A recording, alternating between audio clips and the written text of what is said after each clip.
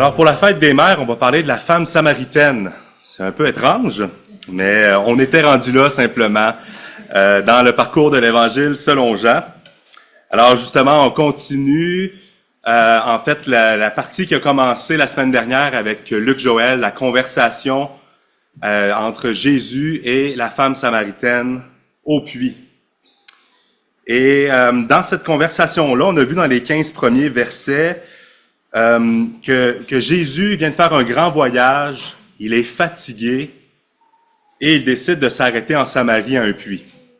Il envoie ses disciples aller chercher à manger et il se retrouve tout bonnement seul alors qu'une femme vient pour puiser de l'eau. Et Jésus va mettre de côté toutes les normes sociales de l'époque et il va lui demander à boire.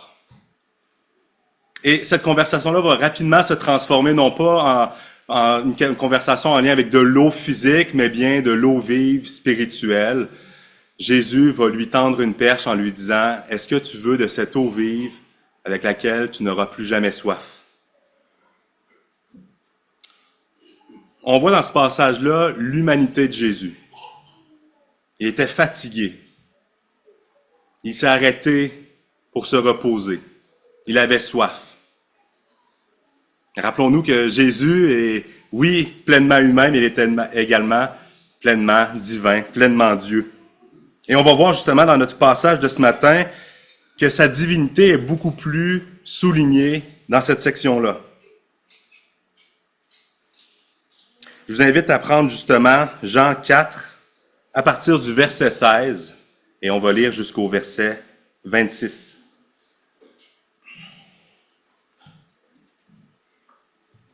Jean 4, 16.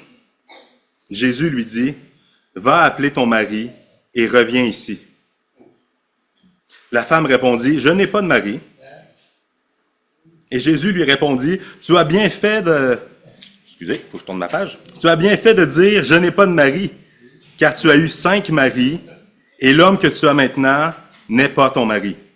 En cela, tu as dit la vérité. » « Seigneur, lui dit la femme, je vois que tu es un prophète.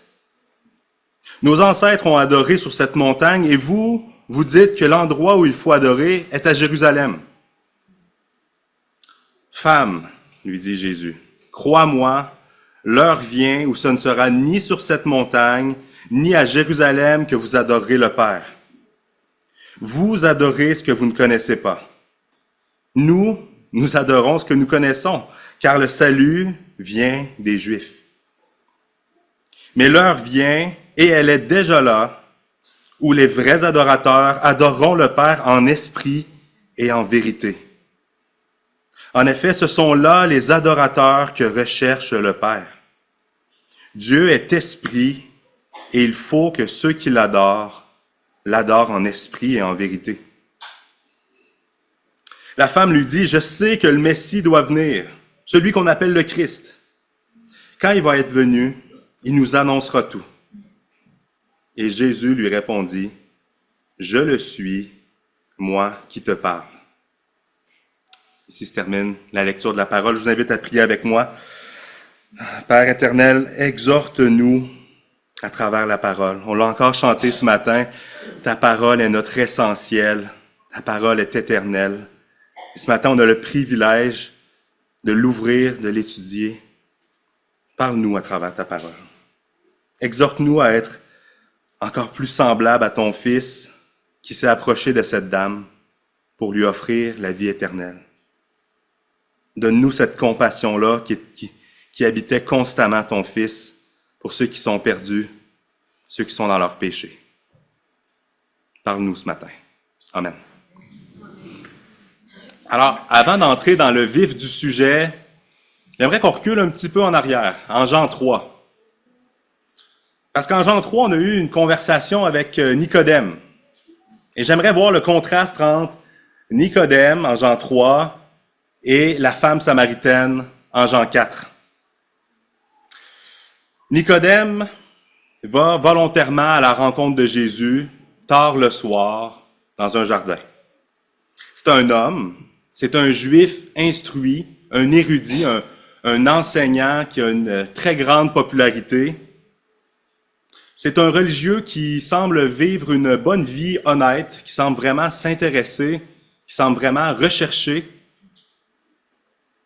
C'est un homme qui a entendu les enseignements de Jésus, c'est un homme qui a vu des miracles et qui décide de s'approcher de Jésus. C'est un homme qui avait énormément de connaissances de l'Ancien Testament, il l'avait étudié de long en large et il avait tout ce qui était nécessaire pour reconnaître le Messie. En Jean 4, on retrouve une femme, une Samaritaine, qui mène une vie impure. On voit qu'elle est amère, elle est adultère, elle est rejetée par les siens et elle ne cherche pas du tout à rencontrer Jésus à midi à un puits. Elle cherche aucunement à rencontrer personne cette journée-là. Elle veut juste faire ses petites affaires rapidement et retourner chez elle. C'était une femme qui avait une connaissance assez limitée de l'Ancien Testament. On va voir pourquoi plus tard. Et pourtant, on va voir dans la suite de l'histoire que c'est elle qui va reconnaître le Messie. Et avant même de commencer à étudier le texte, ça m'amène déjà à une propre application pour nous-mêmes. On ne peut jamais savoir ce qui se passe dans le cœur des gens. On ne peut pas regarder une personne et dire « Lui, là, je pense qu'il est mûr pour recevoir l'Évangile. Oui, il a étudié sa Bible, puis lui, il a l'air prêt. » Et l'autre personne, non. On voit sa vie, là, ça vaut même pas la peine de lui parler de Jésus, ça vaut même pas la peine que je lui dise que je suis chrétien. Elle veut probablement rien savoir de tout ça déjà, de toute façon. On ne sait jamais ce qui peut se passer dans le cœur.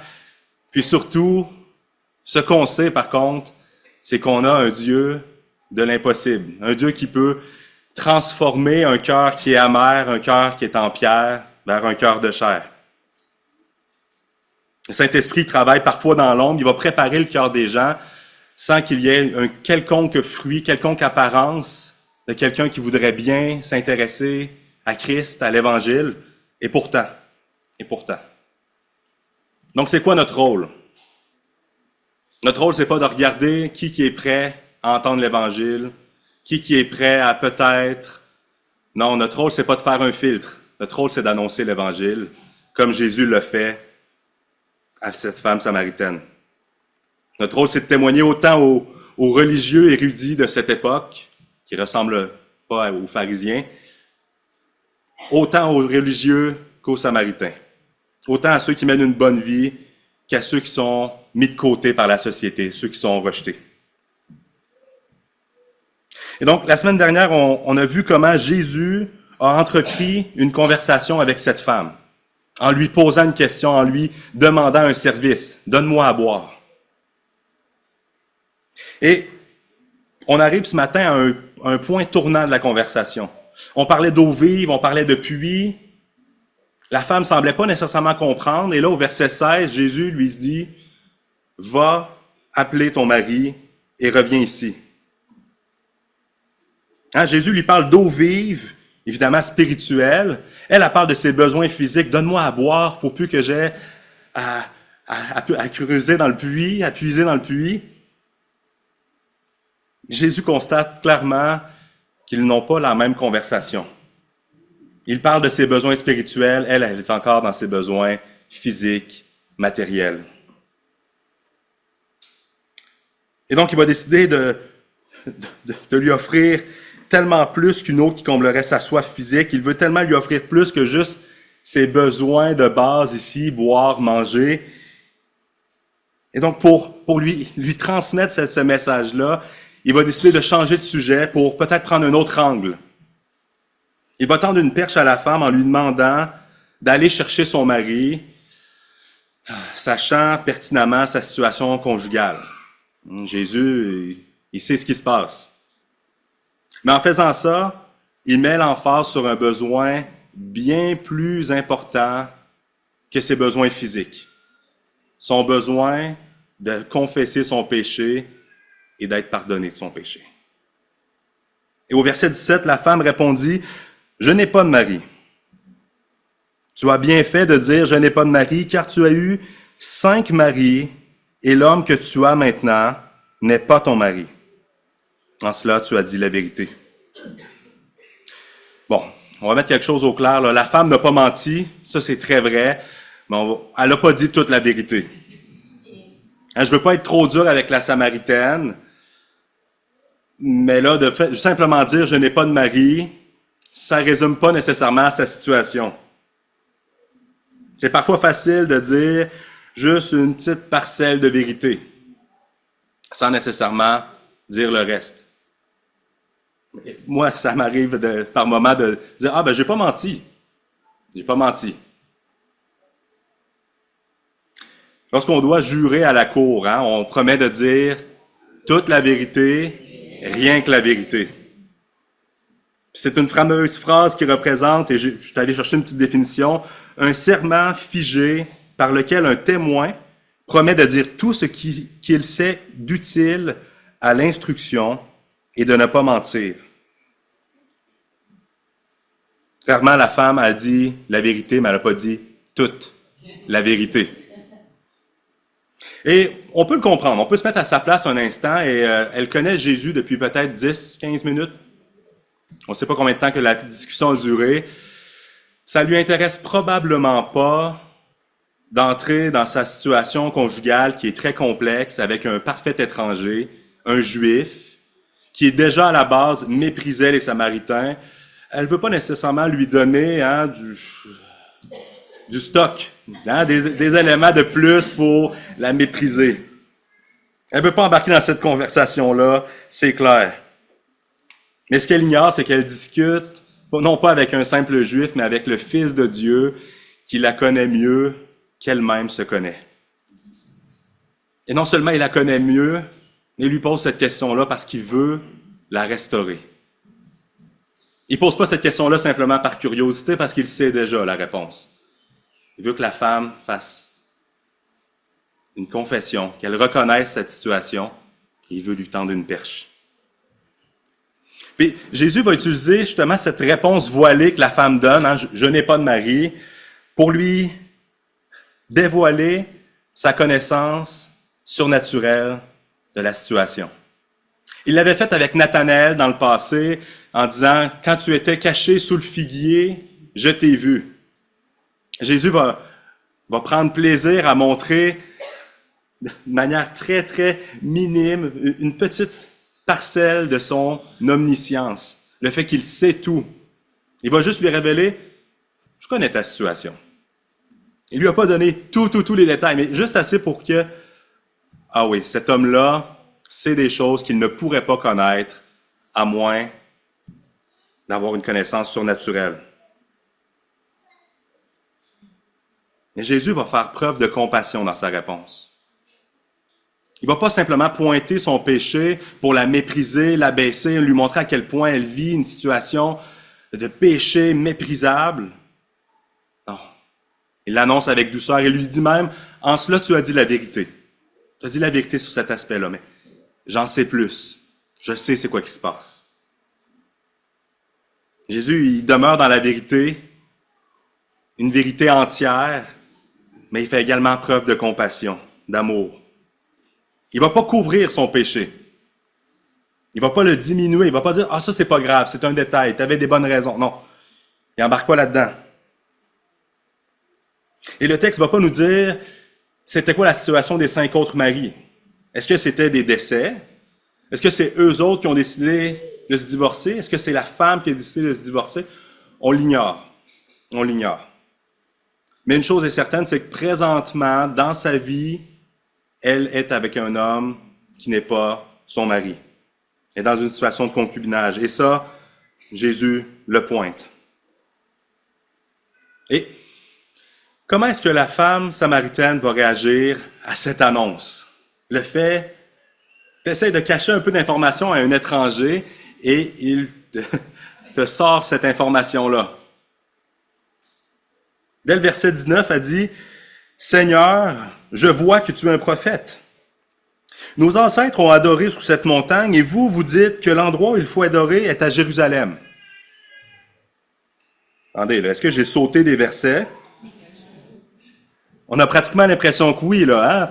On parle de mariage, de concubinage, de situation conjugale. Et là, on parle de montagne, d'adoration. Et où le lien? Hein, la femme est placée devant son péché, là, elle est devant le fait accompli. Il connaît ma situation. Et contre toute attente, elle va poser une question théologique à Jésus. Ah, je vois que tu connais beaucoup de choses. Attends un peu. C'est où qu'on doit adorer? Tu sembles en savoir beaucoup, Jésus.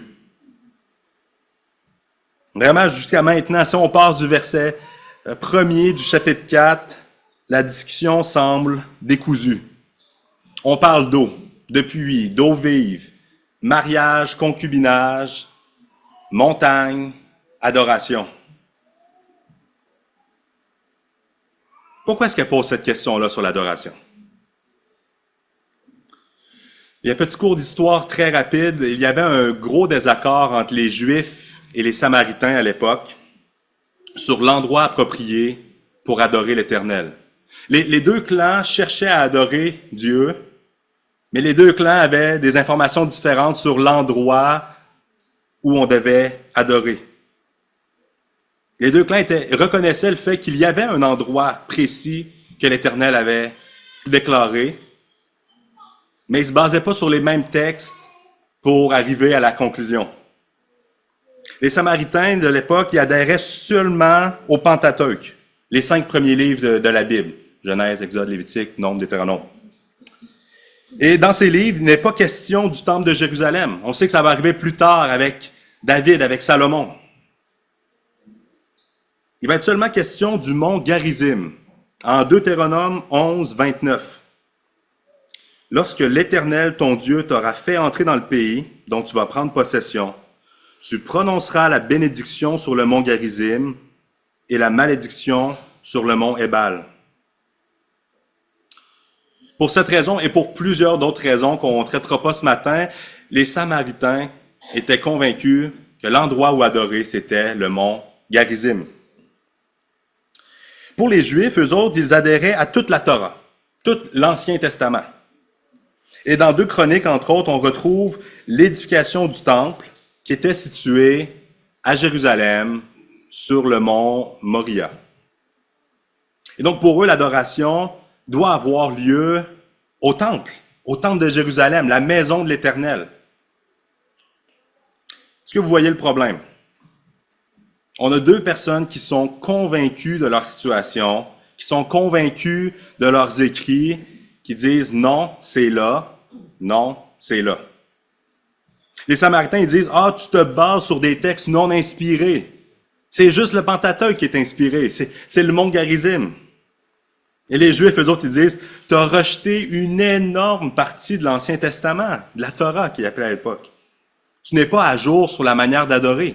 Le mont Garizim, ça, c'était dans le temps des patriarches. Là, on est rendu au temple. On est rendu au temple. Est-ce que ça nous ressemble des fois, nous, les chrétiens? Avoir des désaccords, là, puis on est bien placé dans notre position. Aucune chance qu'on va se déplacer. C'est moi qui l'ai, la vérité. C'est moi qui la comprends, la Bible. Ben, soyons clairs, là.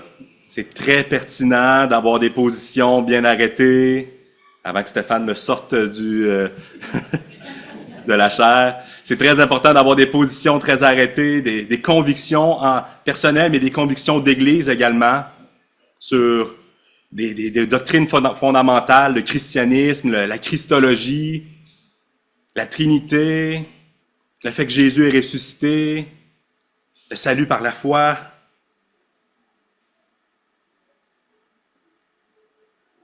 Mais qu'est-ce qu'on fait avec ces désaccords? Qu'est-ce qu'on fait quand il y a des désaccords avec d'autres groupes? Des fois, c'est très pertinent de se diviser parce que ça serait impossible qu'on puisse adorer le même Dieu avec quelqu'un qui n'affirme pas la Trinité, par exemple. Mais les Juifs et les Samaritains n'étaient pas juste en désaccord théologique.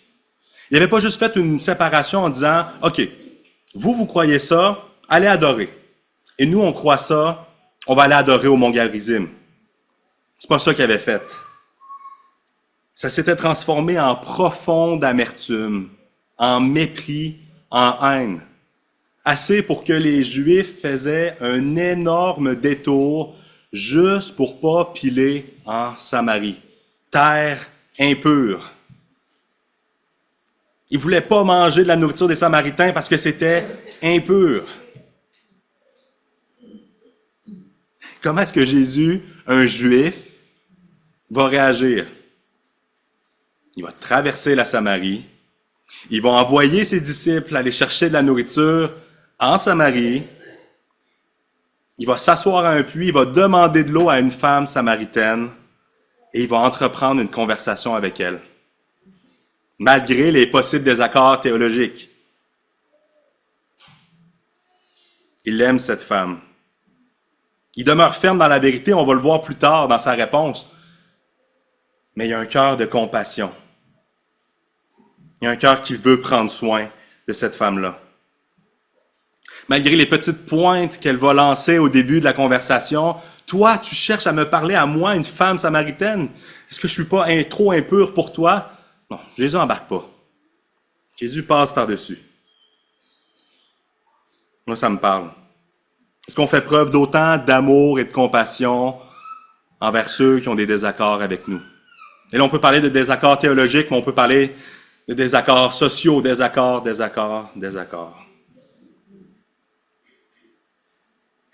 Retournons à la Samaritaine. La Samaritaine, elle pose cette question-là parce qu'elle a bien vu que Jésus a des connaissances surnaturelles sur sa situation conjugale et elle se dit, ça doit être un prophète. Peut-être bien qu'il va enfin donner la réponse à cette question-là. Est-ce que c'est sur le mont Garizim ou au temple de Jérusalem qu'on doit adorer? La réponse de Jésus va être assez bouleversante pour l'époque. Au verset 21, « Femme, lui dit Jésus, crois-moi, l'heure vient où ce ne sera ni sur cette montagne, ni à Jérusalem que vous adorerez le Père. Vous adorez ce que vous ne connaissez pas, nous adorons ce que nous connaissons, car le salut vient des Juifs. Ni sur cette montagne, ni à Jérusalem. » À l'époque, il y avait deux choix. Mais Jésus ne va pas s'arrêter là. Il ne va pas juste dire, c'est pas à ces endroits-là que vous allez devoir adorer plus tard. Il va dire quand même, vous les Samaritains, vous adorez ce que vous ne connaissez pas, mais nous les Juifs, on adore ce qu'on connaît. Car le salut vient des Juifs. Pourquoi est-ce que Jésus lui dit ça? Bien, simplement parce que les Samaritains avaient seulement adhéré aux 5 premiers livres de l'Ancien Testament. Et donc oui, ils connaissaient l'Éternel, mais d'une manière bien plus limitée que les Juifs qui avaient adoré aux 40 livres de l'Ancien Testament. Ils ne considéraient pas l'entièreté. Il n'y avait pas la révélation totale de Dieu, de l'Éternel. C'est pas que les informations qu'ils avaient étaient mauvaises en soi, mais c'est simplement qu'elles étaient incomplètes. Et les Juifs, eux autres, avaient reçu l'entièreté de la Torah. Ils avaient toutes les informations nécessaires pour offrir un culte agréable à l'Éternel. Le problème des Juifs n'était pas dans le fait qu'ils ne connaissaient pas l'Éternel, mais plutôt qu'ils se sont détournés de l'Éternel. On va le voir à plusieurs reprises dans l'Ancien Testament, le nombre de fois qu'ils vont se tourner vers l'idolâtrie. Ils avaient toutes les informations nécessaires pour offrir un culte agréable à Dieu, mais ils se détournaient constamment de l'Éternel. Jésus va quand même dire que, malgré la bonne connaissance des Juifs, le fait qu'ils savaient comment adorer, il dit, c'est une connaissance qui est temporaire, parce que bientôt, l'heure vient où ça ne sera plus sur cette montagne, ni au temple que vous allez adorer. La question est plus d'actualité. Ça n'a plus d'importance. Mais qu'est-ce que Jésus veut dire en disant « le salut vient des Juifs » ? Est-ce que ça veut dire que tous les Juifs vont être sauvés? Non, c'est pas ce qu'on retrouve. Hein? C'est simplement que la promesse de la venue d'un Messie a été faite à qui en premier? Abraham et sa descendance. La promesse d'un Messie a été faite à Abraham et à sa descendance. Le salut vient littéralement des Juifs. Si on recule, on voit que Jésus avait une descendance abrahamique, une descendance juive. Et la suite de la réponse de Jésus au verset 23 et 24, c'est tellement riche comme information, le fait d'adorer en esprit et en vérité, qu'on a pris la décision de le traiter dans une autre prédication à part, qui va être donnée par Stéphane la semaine prochaine, Dieu voulant. Mais pour aujourd'hui, je vous invite à continuer avec moi au verset 25, pour voir la dernière intervention de la Samaritaine dans ce dialogue. Jésus lui donne la réponse. C'est pas sur cette montagne-là, c'est pas au temple que vous allez adorer. Le salut vient des Juifs. Et la femme va lui dire, « Ah, je sais que le Messie doit venir, celui qu'on appelle Christ. Quand il va venir, il nous annoncera tout. » Jésus vient de lui donner la réponse à sa question. Et elle va dire, « Ah, quand le Messie va venir, il va répondre à ma question. » C'est presque insultant. Hein? La femme pose des questions à Jésus. Jésus répond, « Ah ouais, quand il va venir, le Messie, il va bien répondre à mes questions. » Elle n'a pas compris à qui elle parle en ce moment. C'est comme si les réponses que Jésus a données jusque-là ne répondent pas réellement aux questions de la femme. Elle se pose des questions, Jésus lui répond, puis ça ne semble pas la satisfaire. Sans rentrer dans trop de détails, les Samaritains attendaient un Messie un peu différent de celui des Juifs. Encore une fois, il adhérait seulement aux 5 premiers livres, donc il y avait des attentes différentes des Juifs. On a mentionné dans le passé, dans d'autres prédications, que les Juifs, eux autres, attendaient un Messie conquérant, un Messie militaire qui allait renverser la sphère sociopolitique de l'époque, qui allait établir un règne terrestre ici, maintenant. Un Messie qui allait venir renverser tout ce qui se passait. Mais les Samaritains, eux autres, attendaient un restaurateur. C'est un des thèmes, c'est un des titres qui va être le plus utilisé pour parler du Messie par les Samaritains. Restaurateur. Ils attendent le prophète ultime qui avait été annoncé à Moïse en Deutéronome. Un prophète comme Moïse qui parlera face à face avec Dieu. Deutéronome 18, 15. Ils s'attendaient à ce que le Messie révèle la vérité, qui donne des explications, qu'il offre une restauration au peuple. Et cette femme-là, elle attend ce Messie-là avec impatience. Je sais que le Messie va venir un jour, puis il va tout régler. Il va répondre à toutes mes questions. Et Jésus va lui dire au verset 26, « Tu m'as pas reconnu? » Non, c'est pas ça qu'il dit. Hein? Jésus dit au verset 26, « Je le suis, moi qui te parle. » Petite information intéressante, c'est la première fois dans l'Évangile selon Jean que Jésus va affirmer ces mots. Il va le dire à qui? À un Juif instruit? Il va le dire à Nicodème? Non, il dit à une femme samaritaine. « Je suis ce Messie que tu cherches. » Jean 1, 29, Jean-Baptiste, il dit « Voici l'agneau de Dieu. » Jean 1, 34, Jean-Baptiste, il dit « C'est le Fils de Dieu. » André va dire en Jean 1, 41, « Nous avons trouvé le Messie. » Mais en Jean 4, 26, Jésus dit « Je suis ce Messie. » Jésus, il va confirmer ce titre. Il ne l'a pas dit à ses disciples. Il ne l'a pas dit aux Juifs. Il ne l'a pas dit à un homme même. Il l'a dit à une femme samaritaine. Il a renversé encore une fois tout le contexte social pour se confier à cette femme.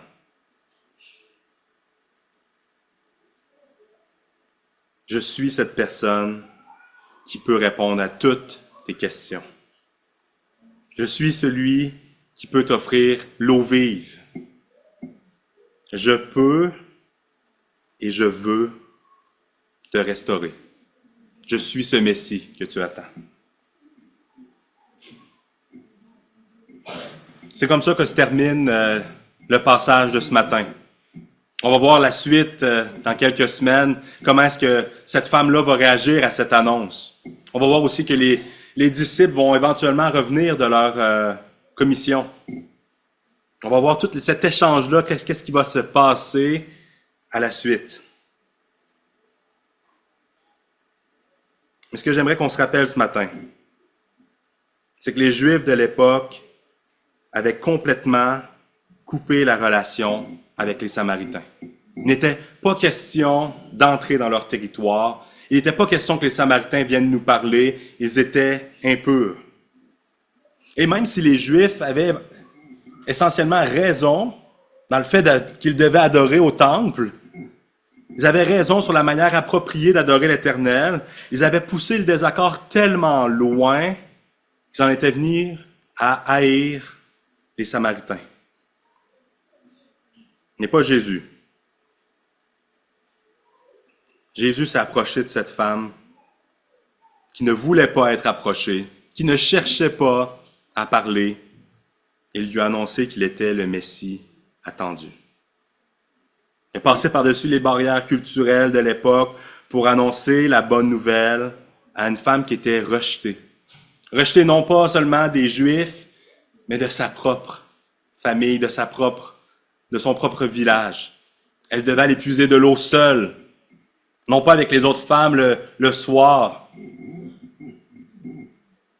Est-ce qu'on a la même attitude que Jésus envers les personnes qui sont en marge de la société? Est-ce qu'on a le réflexe de dire « Ah, cette personne-là, justement, ça ne sert à rien que je lui annonce l'Évangile. Elle est tellement éloignée de Dieu. On le voit dans son attitude, on le voit dans ce qu'elle fait, dans ce qu'elle dit. Elle veut rien savoir. » Est-ce qu'il y a certains groupes de la société qui génèrent plus de mépris de notre part? Moins de compassion.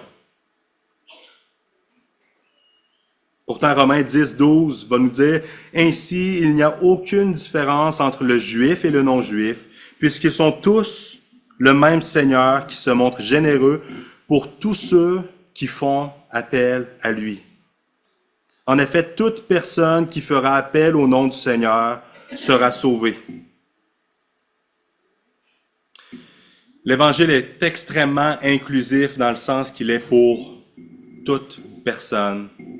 Mais il est à la fois extrêmement exclusif dans le sens qu'on doit placer notre foi en une seule personne, en Jésus. Si ce matin, les circonstances de votre vie font en sorte que vous vous ressentez comme cette femme samaritaine, que vous vous sentez rejeté, méprisé par le monde, sachez que Jésus a dit en Marc 2, 17, « Ce ne sont pas les bien portants qui ont besoin de médecins, mais les malades. Je ne suis pas venu appeler des justes, mais des pécheurs à changer d'attitude. » Je t'invite à prier avec moi.